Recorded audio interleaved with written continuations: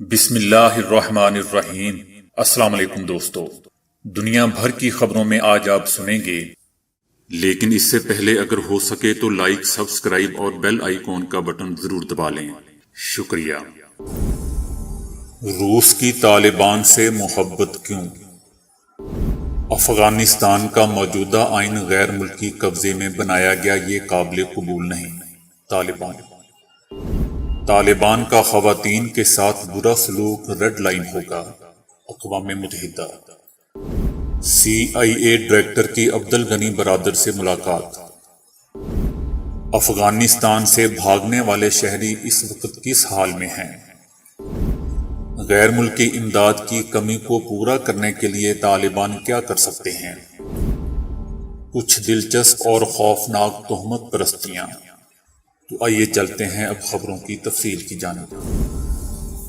افغانستان پر طالبان کے قبضے کے بعد جہاں دنیا کے بیشتر ممالک تشویش کا شکار ہیں، وہیں روس کا رویہ خاصا مختلف دکھائی دیتا ہے، جو نہ صرف اس حوالے سے فکر مند نظر نہیں آتا بلکہ افغانستان کو پہلے سے زیادہ محفوظ ملک بھی قرار دے رہا ہے۔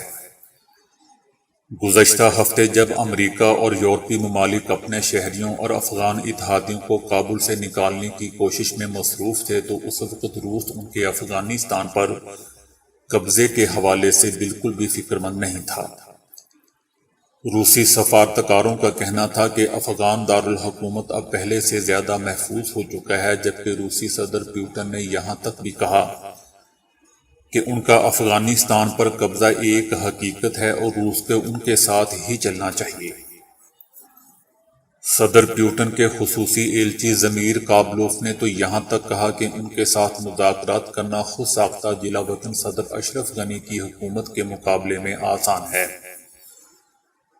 روس کچھ عرصے سے طالبان کے ساتھ رابطے میں بھی ہے، تاہم روس نے ان کو سن 2003 سے تخریب کار تنظیموں کی فہرست میں رکھا ہوا ہے۔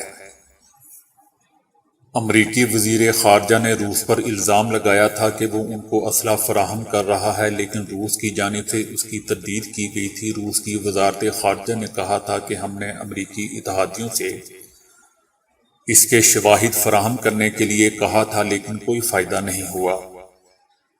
جب امریکہ نے 9/11 کے حملوں کے بعد ان کو نشانہ بنایا اور ان ممالک میں اڈے قائم کیے جو سوویت یونین کا حصہ تھے تو روس نے ابتدا میں اس کا خیر مقدم کیا، تاہم جلد ہی تعلقات میں کشیدگی نظر آنے لگی۔ روس نے سن 1980 کی دہائی میں افغانستان میں لڑائی لڑی، لیکن بہت سے لوگوں کا خیال ہے کہ یہ ایک بیکار جنگ تھی۔ روس افغانستان کی حکومت کی حمایت میں وہاں پہنچا تھا اور اس کی مہم 9 سال تک جاری رہی، جس میں 15,000 روسیوں کو اپنی جانوں سے ہاتھ دھونا پڑا۔ تاہم کچھ ماہرین کا خیال ہے کہ ان کی واپسی سے روس بھی اتنا ہی حیران ہے جتنا کوئی دوسرا ملک۔ طالبان کا کہنا ہے کہ خواتین کی مرضی ہے کہ وہ چہرہ چھپائیں یا صرف سکارف لیں۔ ہم اپنے فیصلے اپنے قومی مفادات اور اقدار کی روشنی میں کرتے ہیں۔ پاکستان کا ہم پر کوئی اثر و رسوخ نہیں ہے، یہ ماضی کا جھوٹا الزام ہے جس کو ہم نے گزشتہ 20 سالوں میں بار بار مسترد کیا ہے۔ نئی حکومت تمام افغان نمائندوں پر مشتمل ہوگی، اس کے لیے افغان سیاستدانوں سے مشاورت ہو رہی ہے۔ نئی حکومت طالبان کے سابق دور حکومت کی طرح ہوگی، جس میں سربراہ رئیس الوزراء ہوں گے۔ افغانستان کا موجودہ آئین غیر ملکی قبضے میں بنایا گیا تھا، اس لیے ملک میں ایسے آئین کی ضرورت ہے جو آزاد افغانستان میں بنایا جائے اور وہ تمام افغان عوام کے مفاد میں ہو۔ ہم نیا آئین بنائیں گے اور اس میں مرد و خواتین سب کے حقوق اس میں درج ہوں گے۔ تحریک طالبان پاکستان کے حوالے سے ان کا کہنا تھا کہ افغانستان کے کسی دوسرے ملک کے خلاف کارروائی پر ہماری پالیسی واضح ہے۔ اگر کوئی کارروائی کرتا ہے تو یہ ہماری پالیسی کے خلاف ہوگا۔ اقوام متحدہ نے افغانستان کی صورتحال پر شدید تشویش کا اظہار کرتے ہوئے کہا ہے کہ خواتین کے ساتھ طالبان کا سلوک ایک بنیادی ریڈ لائن ہوگا۔ وہ خواتین، لڑکیوں اور اقلیتوں کے حقوق کا احترام کرنے کے وعدوں کی پاسداری کریں اور انتقامی کارروائیوں سے گریز کریں۔ اب یہ ذمہ داری مکمل طور پر ان پر ہے کہ وہ ان وعدوں کو حقیقت میں بدلیں۔ ایک بنیادی ریڈ لائن طالبان اور خواتین کے ساتھ سلوک ہوگا۔ 1990 کی دہائی میں انہوں نے خواتین کو گھروں تک محدود رکھا تھا، تفریح پر پابندی عائد کی گئی تھی اور سر عام سزائے موت کو سزا کے طور پر استعمال کیا گیا تھا۔ لیکن ان کی نئی شکل کو شکوک و شبہات کے ساتھ دیکھا جا رہا ہے۔ طالبان کے قبضے سے قبل ہی اقوام متحدہ کا کہنا تھا کہ افغانستان میں حالیہ مہینوں میں شہری اموات میں تیزی سے اضافہ دیکھا گیا ہے۔ امریکی سی آئی اے کے ڈائریکٹر ولیم برنز نے کابل میں طالبان کے اہم سیاسی رہنما عبدالغنی برادر سے ملاقات کی ہے۔ ایک امریکی عہدیدار نے بتایا کہ ولیم برنز نے عبدالغنی برادر سے ملاقات کے لیے کابل کا سفر کیا۔ اس ملاقات میں ہونے والی بات چیت کی تفصیلات تاحال سامنے نہیں آ سکی ہیں۔ سی آئی اے کے ڈائریکٹر نے کابل کا دورہ ایک ایسے وقت میں کیا ہے جب G7 گروپ کے رہنماؤں نے افغانستان کی صورتحال پر بحث کی ہے۔ طالبان رہنماؤں نے سیکیورٹی کی صورتحال کو بہتر بنانے کا وعدہ کر رکھا ہے، تاہم بہت سے افغان شہری اس بارے میں مشکوک ہیں اور ملک چھوڑنے کے لیے کابل ایئرپورٹ پر جمع ہیں، جہاں افراتفری کے مناظر دیکھے جا رہے ہیں۔ دوسری طرف طالبان کا کہنا ہے کہ صوبے پنجشیر کا معاملہ بات چیت کے ذریعے حل کر لیا جائے گا اور لڑائی کی نوبت نہیں آئے گی۔ ان کا کہنا تھا کہ ملک اور قوم کی خدمت کرنے والے تمام ادارے کھلے ہیں اور تمام ہاسپٹل بھی کھلے ہیں اور لوگوں کا علاج کر رہے ہیں۔ ان کا یہ بھی کہنا ہے کہ ملک کے تمام بینک بھی آزادی کے ساتھ کام کر رہے ہیں۔ جو بائیڈن انتظامیہ کے ایک عہدیدار نے بتایا کہ افغانستان سے انخلا مقررہ وقت تک مکمل کر لیا جائے گا۔ عہدیدار نے بتایا کہ امریکہ نے طالبان کو آگاہ کیا ہے کہ مقررہ وقت پر انخلا مکمل کرنے کے لیے ان کا تعاون اہمیت رکھتا ہے۔ دوسری طرف روس کے صدر پوٹن نے اپنی ایک تقریر کے دوران کہا ہے کہ یہ بتانے کی بھی ضرورت نہیں کہ ہم افغانستان کے اندرونی معاملات میں مداخلت کا کوئی ارادہ نہیں رکھتے۔ اس بات کو تو ایک طرف ہی رکھ دیا جائے کہ ہم وہاں اپنی آرمی بھیجیں گے۔ روس کے صدر نے کہا کہ سوویت یونین کا اس ملک میں اپنا تجربہ رہا ہے اور ہم نے اپنے تجربات سے بہت سے سبق سیکھے ہیں۔ افغان طالبان کے کابل میں قبضے کے بعد افغانستان کے شہری ملک چھوڑ کر چلے گئے تھے، لیکن سوال یہ پیدا ہوتا ہے کہ افغان شہری آخر اس وقت کہاں موجود ہیں؟ اور سب سے اہم سوال یہ ہے کہ وہ کس حال میں ہیں؟ امریکہ اور اتحادی ممالک اپنی شہریوں کے ساتھ ساتھ ان کے لیے کام کرنے والے افغان شہریوں اور ان کے خاندانوں کو بھی ملک سے منتقل کر رہے ہیں۔ اب بھی متعدد افغانی کابل ایئرپورٹ پر پھنسے ہوئے ہیں، جن کی باہر جانے کی خواہش ہے۔ افغانی ٹی وی چینل نے ایک ویڈیو شیئر کی ہے جس میں افغان شہریوں کو قائم کردہ ایک سینٹر میں دیکھا گیا ہے۔ سینٹر قطر میں قائم ہے، جس کے حال میں ہزاروں افغان شہری موجود ہیں۔ جاری کردہ ویڈیو میں دیکھا گیا کہ ایک بڑے ہال میں کئی بستر لگے ہوئے ہیں جن میں افغانی خواتین، بچے اور مرد آرام کر رہے ہیں۔ تشویشناک بات یہ ہے کہ اس سینٹر میں ہزاروں مرد و خواتین کے لیے صرف ایک واش روم ہے اور دیگر سہولیات بھی تقریباً نہ ہونے کے برابر ہیں۔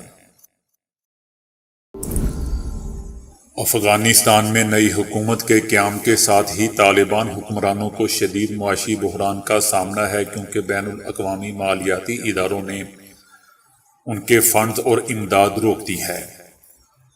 معاشی ماہرین کا خیال ہے کہ ہمیں کسی قسم کے غلط اندازے نہیں لگانے چاہیے۔ طالبان اس وقت $20 ارب کی معیشت والے ملک کو بآسانی چلانے کے قابل ہو جائیں گے۔ اس وقت اندرون ملک معیشت کی مضبوطی کے لیے افغان کرنسی کے استحکام کی سخت ضرورت ہے۔ افغانستان سے فرار ہونے والے مرکزی بینکر اجمل احمدی نے کہا ہے کہ افغانستان کو معاشی بحران کا سامنا ہے کیونکہ کرنسی کی قدر میں بہت کمی واقع ہو چکی ہے۔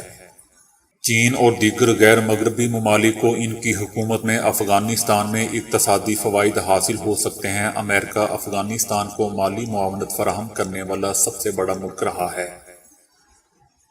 امریکی اخراجات کے باعث بنیادی طور پر فوجی اور کچھ حد تک سویلین انفراسٹرکچر کو تقویت ملی۔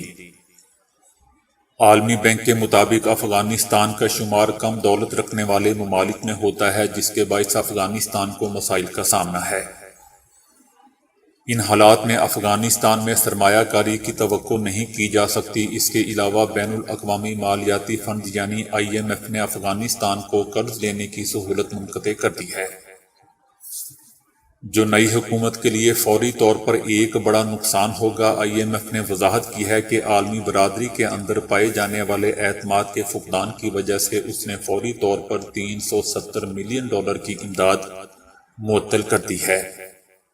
دوستو، ان حالات میں امریکہ اور IMF کی قیادت میں دیگر بڑے مغربی اداروں کی بھی افغانستان میں سرمایہ کاری کی توقع نہیں کی جا سکتی۔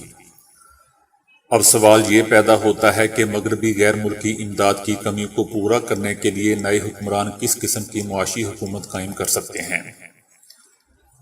38 ملین آبادی والے ملک میں حقیقی معیشت کو سنبھالا دینا ایک بڑا چیلنج ہے۔ اب دیکھنا یہ باقی ہے کہ طالبان عوام کی خواہشات کو کس حد تک پورا کر سکتے ہیں۔ دوستو، ہر معاشرے میں الگ ہی قسم کی تہمت پرستیاں پائی جاتی ہیں۔ مثال کے طور پر امریکی 13 کو ایک بدقسمت نمبر سمجھتے ہیں۔ اسی وجہ سے کئی اپارٹمنٹس میں 13ویں منزل ہی نہیں ہوتی۔ بہت سی ایئر لائنز کے پاس 13 نمبر کی نشست ہی نہیں ہوتی۔ اسی طرح پاکستانیوں کے پاس بھی کچھ مختلف قسم کی تہمت پرستیاں موجود ہیں جس پر وہ یقین کرتے ہیں، جن کی حقیقت واضح نہیں ہے۔ گھر کی بڑی بوڑھی خواتین مغرب کے وقت پر لمبے یا گیلے بالوں کے ساتھ چھت پر جانے سے سختی سے منع کرتی ہیں۔ اگر آپ لڑکی ہیں تو لڑکوں کے مقابلے میں زیادہ تر آپ کو اس پابندی کا سامنا کرنا پڑتا ہے۔ بزرگ اس کی وضاحت کچھ یوں دیتے ہیں کہ اس وقت جنات کا گزر ہوتا ہے اور وہ لمبے بالوں والی لڑکی کو پسند کرتے ہیں اور اس پر قابض ہو جاتے ہیں۔ اکثر اوقات کھانا کھاتے ہوئے لوگوں کی زبان دانتوں کے درمیان آ جاتی ہے، جو کہ ایک تکلیف دہ صورتحال بھی ہوتی ہے، لیکن اس صورتحال کو بھی ہمارے ہاں تہمت پرستی سے جوڑ دیا جاتا ہے۔ کہا جاتا ہے کہ یقیناً کسی نے تمہارے بارے میں بھلا برا کہا ہے تبھی ایسا ہوا ہے۔ چھت پر کووا کائیں کائیں کرے تو اس کا مطلب ہوتا ہے کہ کوئی مہمان آنے والا ہے۔ دوستو، ہمارے گھر میں جب کووا کائیں کائیں کرے تو بجلی کا بل آتا ہے، اور وہ بھی بہت زیادہ۔ ویسے بھی آج کل سوشل میڈیا واٹس ایپ کا زمانہ ہے، کوے کی نسبت موبائل کائیں کائیں زیادہ کرتا ہے۔ اگر پاکستان کے کسی علاقے میں طویل بارش ہو جائے تو بارش کو روکنے کے لیے گھر کے دروازے پر تسبیح لٹکا دی جاتی ہے۔ جی ہاں، پاکستان کے چند علاقوں میں یہ طریقہ کار بھی موجود ہے۔ تو دوستو، ابھی کے لیے اتنا ہی۔ ویڈیو کو لائک اور شیئر کرنے کا بہت بہت شکریہ۔